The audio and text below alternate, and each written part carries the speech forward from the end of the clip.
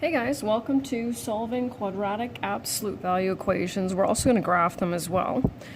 And nothing really new, just the fact that it's quadratic just means, lucky for us, we have more solutions and more verifications to do. So I'm just going to do one example here because the concept, again, is something that you already know. So because we already have what's in the absolute value bars isolated, we can go right to solving it. So x squared minus 4x minus 5 equals 7.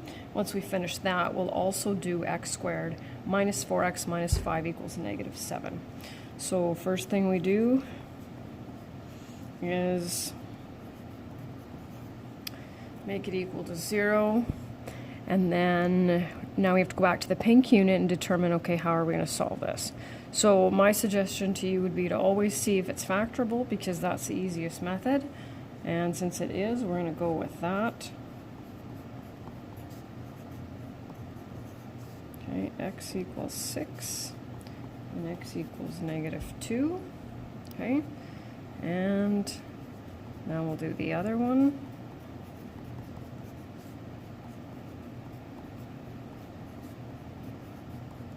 Now, there's absolutely no way we can take the two factors of 2 and add them up to end up with a negative 4, which clearly means that this one is not factorable. So now we have two other options. So we can either complete the square or we can use the quadratic formula. Doesn't really matter. Nothing wrong with completing the square. That's an even number. I'm going to use the quadratic formula. So x equals b plus or minus the square root of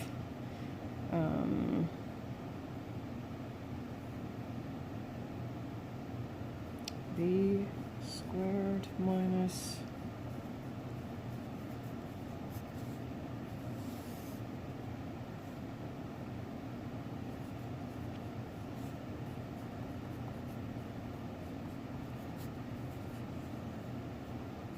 shoot 4 plus or minus, we'll simplify that, right? We'll break it down into the square root of 4 times the square root of 2. And because all of these are divisible by 2, we can do that. So unfortunately for us, we have to verify them all.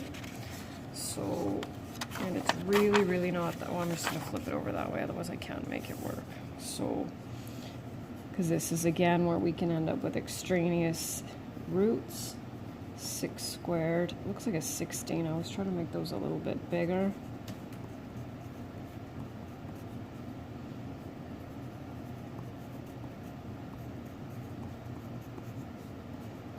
Okay, so I got 1.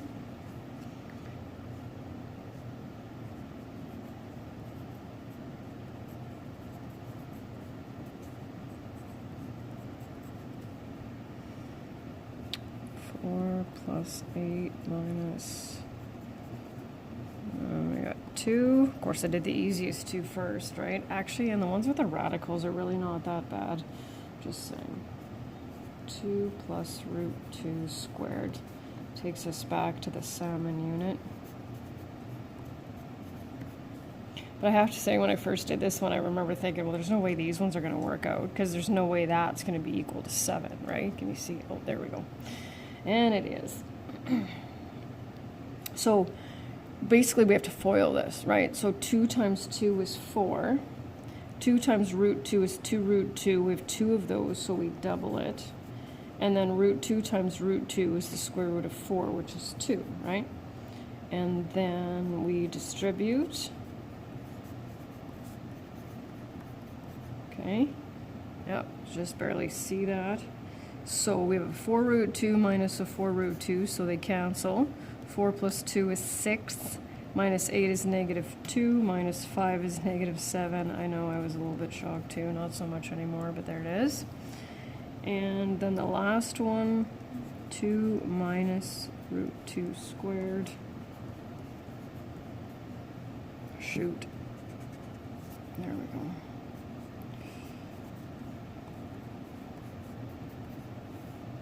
That there. Very similar concept. 4 minus 4 root 2 plus 2 minus 8 plus 4 root 2. So again, cancels. 4 plus 2 is 6, minus 8 is negative 2, minus 5 is negative 7.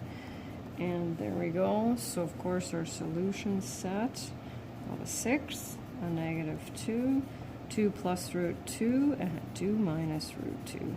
Now you can write this part, of course, this 2 plus and minus root 2 doesn't really matter, but there you have it.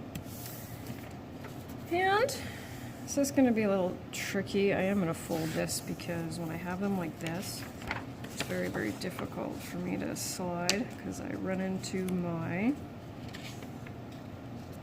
cereal boxes, which is, yeah, that'll work.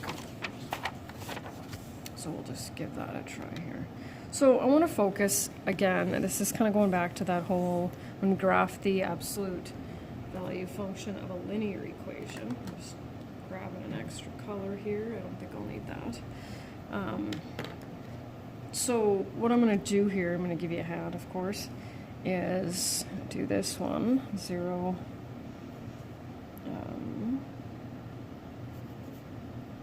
And I'll show you. I guess it's probably not a good idea. You know, I'm out of room here. Let's sneak it up here. Oh, I can see what I did there. Change things a little bit. So they're not quite identical, but you should be able to follow it. So what I did, and this is my favorite, because we can't graph a parabola without knowing the vertex, right?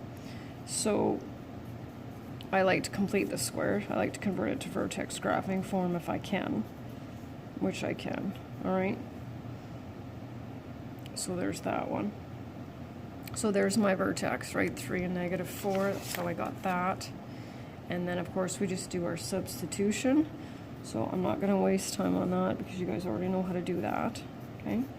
But we will, of course, graph it. And I like the fact that it's zoomed in because you'll be able to see it here. So 0, 1, 2, 3, 4, 5, that's clearly the y-intercept of that one.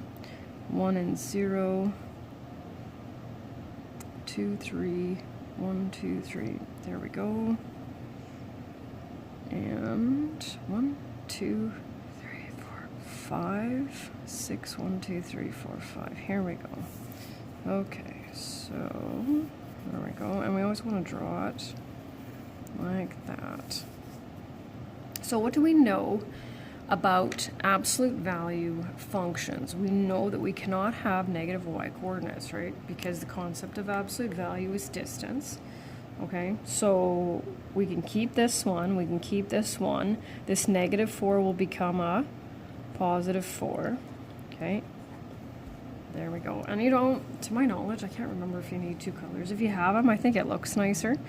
But we're going to be basically doing the same thing we did with the linear functions as we did with these. So 0, 5, 5, 0, 1, sorry, 3, 1, 2, 3, 4, that one, and that one.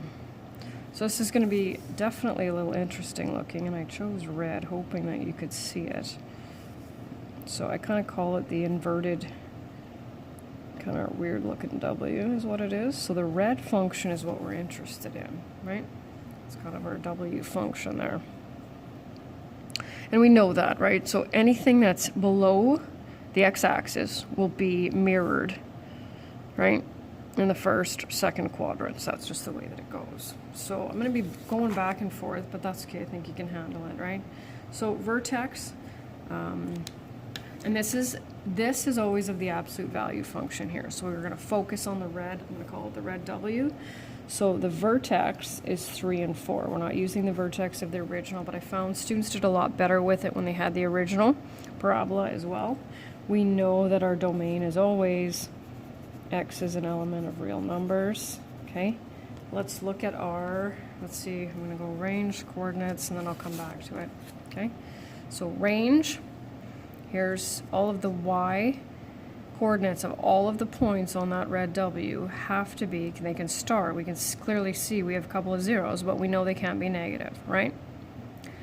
Here are x-intercepts, and there's our y-intercept, so we'll go with those. So y has to be greater than or equal to 0. Let me just sneak that in there because it looks cool. X-intercepts, 1, 0, and 5 and 0. and coordinates of the y-intercept, 0 and 5. Okay, so invariant points, remember, and these are the trickier concepts too, and we need them because I'm getting ready to start what I think anyway is the toughest section. Invariant points and piecewise function here will be the reciprocal one. So invariant points are points that are the same for both functions. Sorry. So we can see what overlaps for the pencil, right, on the pencil. And so this section and this section. And the way that we describe that is we look at all of the x coordinates. So here we're going to start with x being 1, and obviously anything that is less than 1, because you can see them right there. We have to skip all these because clearly this and this, they're not the same. But then when x is 5 again and beyond, you can see how they're on top of one another, right? So invariant points, x is less than or equal to 1, and x is greater than or equal to, right? And here's again where you now need to give me the equations for both parts of the function, right? So we already have the original because it's right there, right? So we're going to do the original, and you still have to tell me for which points. So definitely do this, because I know if you're taking pre-calc already next year, you're going to need this. So the original function is the one I always do first, not that it matters. When x is less than or equal to 1, and x is greater than or equal to 5, okay? And the other one is the reverse, right? It's totally opposite, because, so it's going to be negative, okay? And you can see that because, look, it's a downward parabola, right? It's not going to go this way, we know that. But that would be the function. What I'll do actually, just to make it easier here, is and I accept this too, because everything's going to be opposite, right? Okay, but this time though, right, that's the function for all the points in between here. And remember I said you can only count this one once, and it doesn't matter which one. So we have to say all the points now in between here and here, because that's what we're dealing with there. So for x being greater than 1, but smaller than 5. And that's it.